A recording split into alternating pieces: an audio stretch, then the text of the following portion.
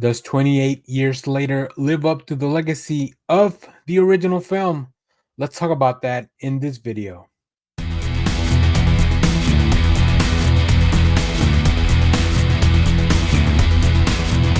Hello everyone, Dan here from the Next Issue Podcast. On today's video, I'll be doing a review for 28 Years Later. This is a new film, rated R, with a runtime of an hour and 55 minutes. As of the recording of this video, we have a Rotten Tomato score of 89% from the critics, 65% from the audience, and a Letterboxd average rating of 3.6. I think I'm a little bit closer to 4 stars. I think that's what I gave it on Letterboxd. If you want to check that out, it should be in the description of the video. Let's talk a little bit about the synopsis and the creative team, and then I'll get into the actual review. This film set 28 years after the rage virus devastated Britain. The quarantine remnants of humanity survive in isolated enclaves on Holy Island. A walled community lives by tradition and fear. When a 12-year-old boy, Spike, and his father, Jamie, journey to the mainland, foraging and learning to the survival rite of passage, they discover mutated alphas, cultish humans, and possibly the cure for Spike's ailing mother. Eventually, Spike embarks on a solo quest that propels the story into a dark and ambiguous finale that sets up the upcoming film. So, yeah, if you don't know, this is planned as a trilogy of films. So, while you do get a complete story in here, we do have more stuff coming up. So that's really, really interesting. This is, of course, directed by Danny Boyle, who directed the original film, and written by Alex Garland, who also wrote the original film. Um, it's a very interesting approach to a sequel, especially after so many years. But let's talk a little bit about the cast. We have probably what I would call the MVP of the film, Alfie Williams, in the role of Spike, the young child. He is fantastic. He has to really live up and really act up against a lot of very impressive performances. So he really holds his own. And for a lot of the film, I would say he is our emotional anchor to the film. He is our main protagonist for sure. We also have Aaron Taylor Johnson as Jamie and Jodie Comer as Isla, who are his Spike's parents. And then Ralph Fiennes in a role that I won't talk too much about right now. Maybe a little bit later in the review when I go a little bit more into the spoilerish territory. But right now, I want to just talk about the film overall. So, um, I really, really enjoyed this film. I went into it not knowing anything. That whole synopsis that I just read to you, I wasn't even familiar with it. I did watch the original film prior to watching this one. I didn't watch 28 Weeks Later because that was neither directed nor written by the same team. It feels like it was its own completely different story. Although maybe later on the other sequels they might touch on some of the things. So I do plan to rewatch it eventually. But I wanted to just watch the original for this.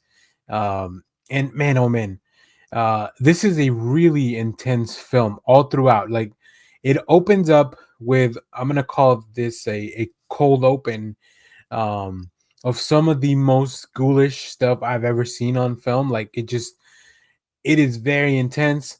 It's at a level where I didn't realize that you got to go pretty far into the film, into the gore, into like what you're willing to put the characters through to kind of go there. But it's a really interesting setup. Then we jump 28 years later, to this, to Holy Island, a community that lives on their own, a community that has almost evolved or devolved into their own little village. They have things set up in a way that they look out for each other, but they have rules. They have these rites of passage that Spike's going through. We meet Jamie. I will say, there's a bit of I feel trickery in the film. Um, but I'll talk about that maybe a little bit later on as well, because that is a big spoiler, I think. But yeah, we just seeing the interaction and the relationship between, Jamie and Spike. Like, also what is ailing his mother, what is going on with Isla, right? There's not the resources of this community, does not have a person that could identify what this mysterious illness could be. So that's another layer on top of all the kind of mystery and everything that's going on in the film. Something that Spike has to kind of put up through. I do think the name Spike is very funny, and it almost feels like they are they want to give the next generation of kids tough names so that they'll be able to survive in this terrible world that they're being raised in. Um, so that's very interesting. So yeah, he delivers a great performance. Alpha Williams just really great all throughout. Whether it's some of the more heartfelt moments or some of the more silly, there's some silly moments here. There's a few places where like the audience that I was watching this really we all laughed out loud. Of course, Aaron Taylor Johnson is a fantastic performer, and I feel like he delivers. His character is flawed, is not perfect. I think most of the people that you will meet in this quarantine zone are imperfect. It's also a very uh, Danny Boyle and Garland really, in a very efficient way, give you some world building as to how the rest of the world is coping with all this, uh, while still just kind of focusing on this little world, right? We get to see that throughout the film. Another really big MVP, Jodie Comer. My goodness, what a performance! Like, it almost feels like Aaron Taylor Johnson kind of tags out of the film, and then Jodie Comer comes in maybe at around the halfway point. So this is a very well paced movie. At around 2 hours, I think it moves very quickly, giving us that first setup, the cold open, going through the island, explaining what's going on there, and then finally going down into the mainland, into the world. Right, the island that they live in is kind of separated by this bridge that goes down when the tide comes in. It disappears, so they only have it serves as a layer of protection from the mainland, but also it also does not allow them to go into or out, come back and out whenever. The film also dives into this idea of the alphas, which I think is really interesting. Right, they kind of evolved into these. They hold a little bit of control and power. We get to see different types of infected as they kind of have evolved over all these years. Um, Also very interesting that they are kind of still around, like they because these were not this virus is it's a little bit different than other zombies, right? It doesn't kill you, but it also, I don't know, I mean they don't really go into the science behind it, although they do explain a few things, which I do find very interesting. And then when we finally get to see Ralph Fiennes' character come in, um, it is just very very intense. I feel like this movie was a lot more heartfelt and sad than I thought it was going to be. Right, where the original, it deals into with a lot of these themes and these ideas of like um, the world kind of losing and everybody just being on their own and trying to find that connection again. But you never know who you can trust, and there's still some of that here, but really is more about overcoming and not and wanting to hold on to what's yours, right? Specifically with this illness. So yeah, there's a lot of really interesting stuff there. They they very they very um fuck. The film also does not shy away from really showing you the gore. These infected, they don't wear any clothing. If you're familiar with Attack on Titan, like I got a lot of different vibes from that because these rage infected are just like mindless beings, but then the alpha does kind of have some control over them. Like they're a little bit smarter, they're stronger, which is very similar to the structure of the Titans in Attack on Titan. If you've seen that, if you haven't seen that, I guess this comparison doesn't do anything good for you. But I'm trying to put it in a context that I'm familiar with and trying to relate some of those things. So, but yeah, I mean, we have great performances. Um, I also really like how the film kind of evolves. Right, you have that original opening, and then as we're going through the first rite of passage with Spike, we see a lot of intercuts of like historical wars and war recreations and these old rituals and people having to use bows and arrows. And we hear this speech that we heard in the trailer. It's interesting because it's not something that's happening in the film. It really just is to bring that atmosphere, but then that kind of stops. So the film kind of also keeps evolving as it moves forward, which I think it's a really bold choice. You don't see that a lot because sometimes a lot of those things can kind of take you out of the film, right? If you're just kind of going for a straight up kind of like zombie gore type of film, and you start seeing all these other elements on top of it, it could be a little, it could feel disjointed. But to me, it just really raised that atmosphere because I was already kind of going in with that tone in mind. But the original film doesn't do any of that. So I really thought it was also an interesting choice to kind of change the way things did. They did. Um, it's got a great score. I think that in those moments, like the tone, uh, the percussion, like everything that comes in with it, it really stands out. I think Ralph Fiennes is probably one of the strongest performances as well, even though it's a lot more limited. So one thing that I also found very interesting, and I don't normally because the first film was shot all in digital cameras to kind of give it that grittiness. I did one of the stories that caught my attention was that this film was all shot on iPhone 15 Pro Max. That's one of the. I mean, I believe the iPhone that I'm shooting this with, like I use that myself to shoot my own videos.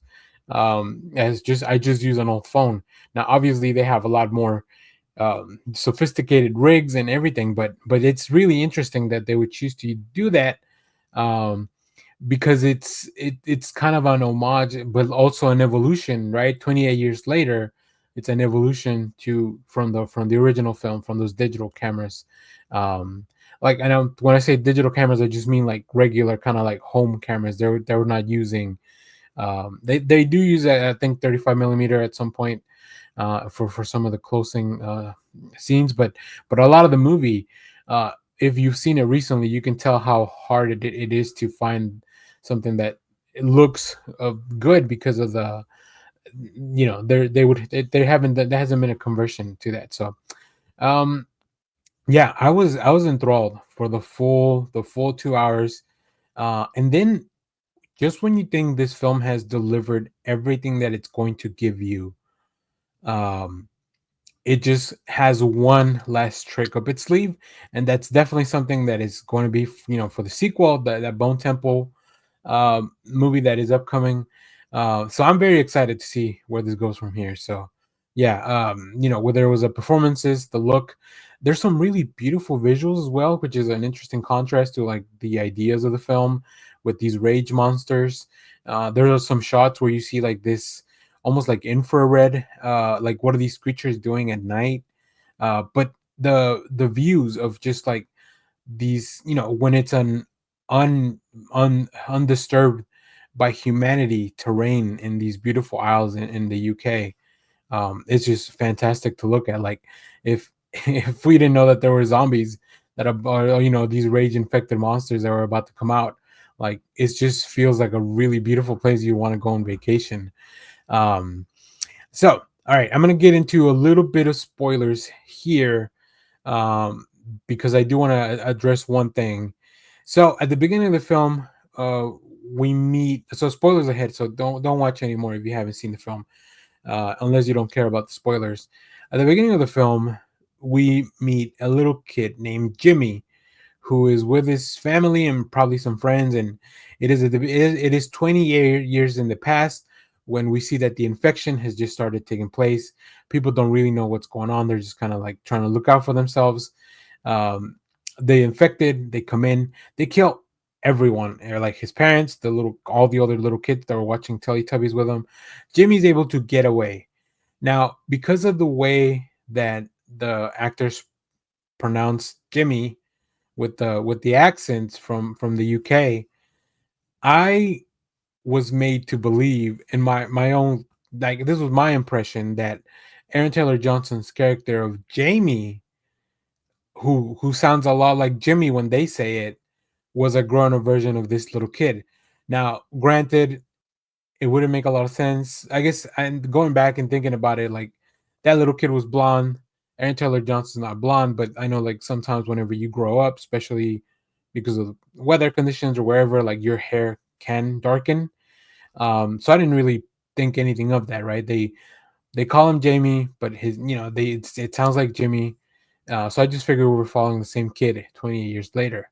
It is revealed at the end of the film that we actually see that Jamie from the original beginning of the movie, because we see that his father was a priest or something around.